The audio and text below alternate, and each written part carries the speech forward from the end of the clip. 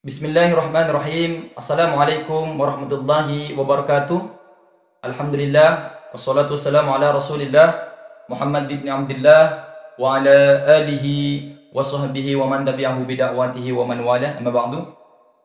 Bersyukur kepada Allah Subhanahu wa taala dengan talafut alhamdulillahi rabbil alamin, karena sampai dengan detik ini kita masih diberikan nikmat yang sangat begitu besar, luar biasa, yaitu nikmat iman dan Islam. Tidak semua makhluk yang hidup di muka bumi ini mendapatkan dua nikmat tersebut, hanya makhluk-makhluk pilihan yang Allah kasih. Kemudian yang kedua, marilah kita berselawat kepada Nabi Muhammad dengan ungkapan Allahumma sholli ala Muhammad wa ala ali sayyidina maulana Muhammad, karena dengan jerih payahnya beliau di beberapa abad yang silam, bahkan ketika berdakwah giginya sampai patah, untuk semua itu dikorbankan untuk menegakkan syariat Allah di buminya Allah. Makanya pun demikian, sholat kita tidak akan pernah sah jika sholat tersebut tidak dibacakan sholawat di dalamnya. Marilah kita bersolawat kepada Nabi Muhammad dengan harapan kita mendapatkan syafaat fid dini wad dunya wal akhirah. Amin ya rabbal alamin. Allahumma sholli ala Muhammad wa ala ali sayyidina maulana Muhammad. Baik, pada kesempatan kali ini saya coba percepat, ingin melanjutkan kajian yang sebelum-sebelumnya terkait dengan zakat. Jadi episode yang pertama kami membahas terkait dengan masalah penyaluran zakat atau mustahik, orang yang berhak menerima zakat. Terus yang kedua kami membahas terkait dengan kadar zakat yang harus dikeluarkan, juga di mana zakat itu harus dikeluarkan. Nah, pada kesempatan kali ini ingin saya menyampaikan terkait dengan kapan waktu zakat fitri itu harus dikeluarkan, kapan waktunya, waktu haramnya kapan, waktu mubahnya kapan, waktu makruhnya kapan, waktu sunnahnya kapan. Saya akan bahas pada kesempatan kali ini. Baik, perlu diperhatikan bahwa terkait dengan kewajiban zakat fitri ini, seorang muslim harus memenuhi dua esensi di sini. Yang pertama, orang muslim tersebut harus bertemu dengan bulan Ramadan. Itu yang pertama. Jadi harus bertemu dengan bulan Ramadan. Terus yang kedua, harus menemui Idul Fitri. Ya. Waktu diperbolehkan dalam kalangan mazhab Syafi'i terkait dengan penyaluran zakat atau dikeluarkannya zakat, yaitu dari awal bulan Ramadan sampai akhir, yaitu pada hari raya pas waktu maghrib, itu akhirnya. Jadi kalau kalangan mazhab Syafi'i dari awal Ramadan sampai hari raya, ya, sampai tenggelamnya matahari.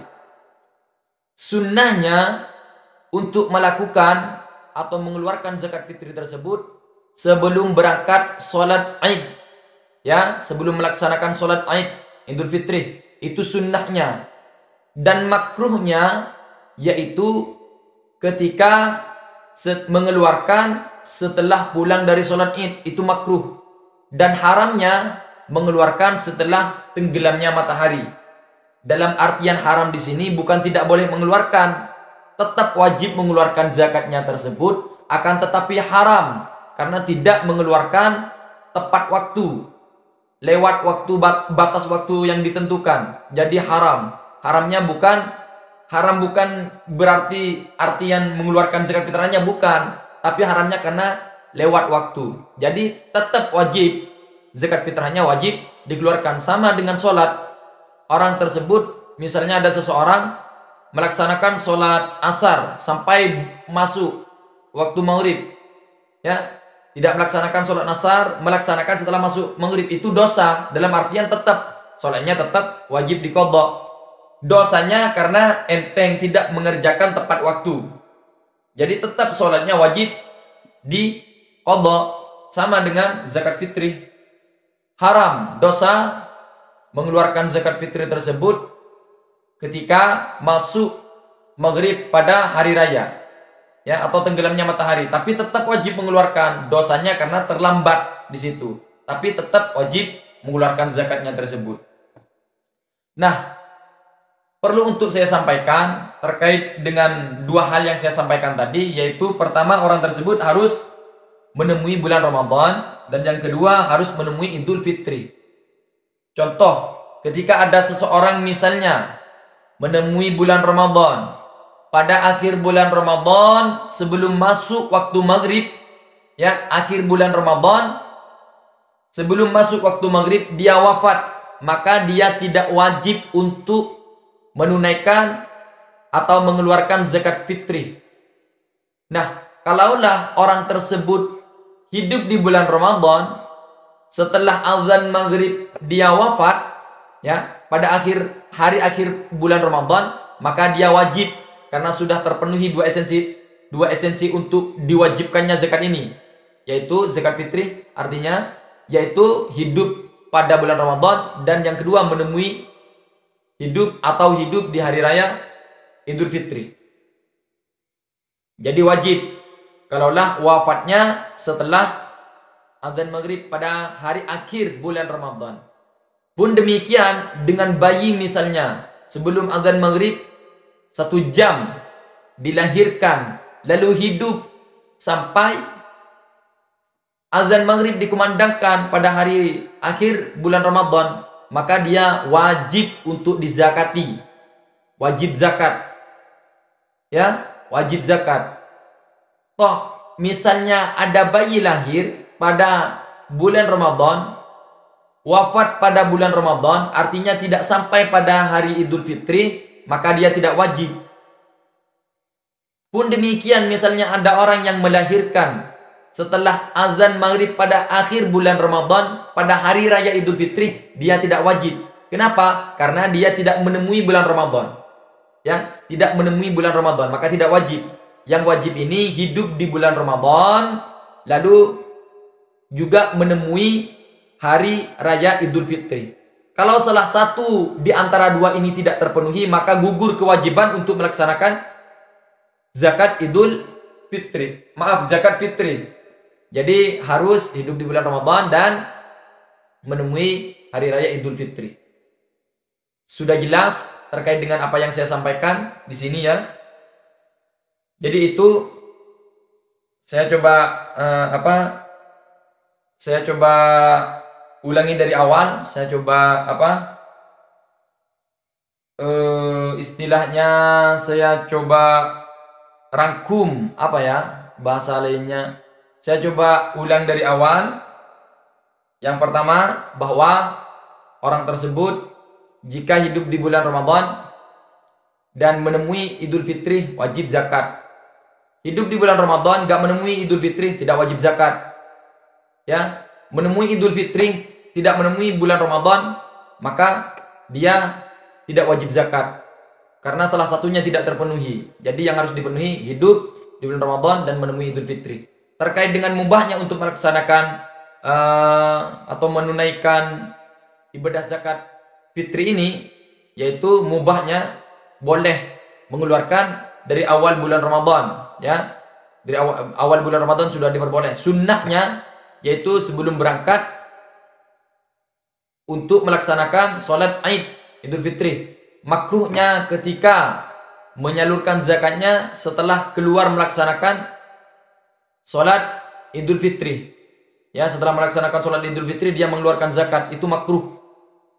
Ya, haramnya melaksanakan, kata saya tadi, haramnya yaitu ketika terbenamnya matahari pada hari raya Idul Fitri. Mungkin sudah jelas paparan dari saya terkait dengan niat-niat untuk melaksanakan zakat fitri ini. Boleh menggunakan niat apa saja, menggunakan bahasa Arab bagi yang mengerti bahasa Arab, menggunakan bahasa Madura bagi yang tidak mengerti bahasa Arab, bebas. Karena untuk niat itu nggak ada kewajiban untuk menggunakan bahasa Arab. Sama dengan sholat, misalnya niatnya menggunakan bahasa Madura atau bahasa Indonesia, yang penting ada niatan untuk mengeluarkan. misalnya kepada dirinya sendiri, niat untuk mengeluarkan kepada dirinya sendiri, ingin menzakati istrinya harus berniat demikian, pun kepada anaknya harus berniat demikian, yaitu untuk menzakati anaknya, ya, keluarganya misalnya harus berniat. Yang penting ada niat. An-niyatu mahalluha fil qalb. Niat itu tempatnya di dalam hati. Bebas. Nawaitu an ukhrija zakatal fitri an nafsi atau anni fardhan lillahi ta'ala, kepada diri saya, kepada anak laki-laki misalnya awaladi, kepada anak perempuan ibnati, ubah namanya saja. Misalnya kepada istrinya an zaujati, ya, seperti itu. Kalau mewakilkan orang, an, sebut namanya siapa yang dizakati. Misalnya an Muhammad, misalnya sebut namanya Muhammad. Kalau menggunakan bahasa Arab, jadi gampangnya udah menggunakan bahasa yang Anda mengerti saja. Mengerti bahasa Arab, lebih baik menggunakan bahasa Arab. Pun demikian, kalau tidak mengerti bahasa Arab, jangan memaksakan untuk menggunakan bahasa Arab. Takutnya nanti salah. Udah menggunakan bahasa yang Anda mengerti saja. Mungkin itu yang dapat saya sampaikan terkait dengan materi kita, terkait dengan materi pada kali ini. Jika kemudian Anda menemukan kekeliruan terhadap apa yang saya sampaikan, silahkan sampaikan dan mari kita selesaikan dengan forum diskusi. Dan saya tidak pernah merasa orang yang paling benar. Saya sering katakan saya adalah makhluk yang tentunya lekat dengan kesalahan. Al-insan mahallul khata' wan nisyan. Jika ada kebenaran ini mutlak petunjuk dari Allah Subhanahu wa taala. Jika ada kesalahan mutlak datangnya dari kekeliruan saya pribadi. Itu kesalahan pribadi saya. Mungkin itu yang dapat saya sampaikan terkait dengan materi zakat, lanjutan dari episode-episode sebelumnya. Mungkin ini adalah akhir episode terkait dengan masalah zakat, kecuali nanti ada pertanyaan-pertanyaan yang disampaikan secara pribadi ke saya, dan insya Allah saya juga akan memberikan keterangan sesuai dengan apa yang saya ketahui dan juga sesuai dengan referensi-referensi yang saya baca. Di sini terkait dengan referensi Al-Majmu' Syarhil Muhadzab, ya, yang salah satunya yang saya baca di sini terkait dengan waktunya. Di sini saya baca tadi, wal jumhur yajuzu fi jami'i Ramadan wa la yajuzu qablahu. Di sini terkait dengan waktunya, ya, diperbolehkan 1 bulan Ramadan fi jami'i Ramadan wa la yajuzu qablahu, dan sebelumnya itu tidak boleh. Terkait dengan melaksanakan zakat, misalnya mau mengeluarkan bulan Ramadan tinggal 1 hari mengeluarkan, itu tidak diperbolehkan. Di sini banyak beberapa pendapat, bahkan ada yang memperbolehkan di luar bulan Ramadan, sebelum masuk bulan Ramadan. Ada yang memperbolehkan keterangannya di sini, ya, banyak keterangannya di sini. Tapi yang saya sampaikan fokus pada madhab Syafi'i saja, karena kalau diterangkan banyak versi banyak madhab nanti takut bingung mau mengambil yang mana, mau mengambil pendapat-pendapat yang mana. Jadi difokuskan pada satu madhab saja, yaitu madhab Syafi'i. Karena ada yang menyampaikan kepada saya, kenapa kok enggak disampaikan beberapa pandangan ulama? Takutnya nanti orang yang mendengarkan itu jelimet, artinya tidak paham. Ini kok begini, ini kok begini. Jadi difokuskan pada satu ulama saja. Atau Syafi'iyah, madhab Syafi'iyah. Artinya kalau dikatakan madhab Syafi'iyah, berarti ulama-ulama yang juga merujuk kepada pendapat Al-Imam Asy-Syafi'i. Mungkin itu yang dapat saya sampaikan. Semoga berkah dan bermanfaat. Billahi taufiq wal hidayah. Wassalamualaikum warahmatullahi wabarakatuh.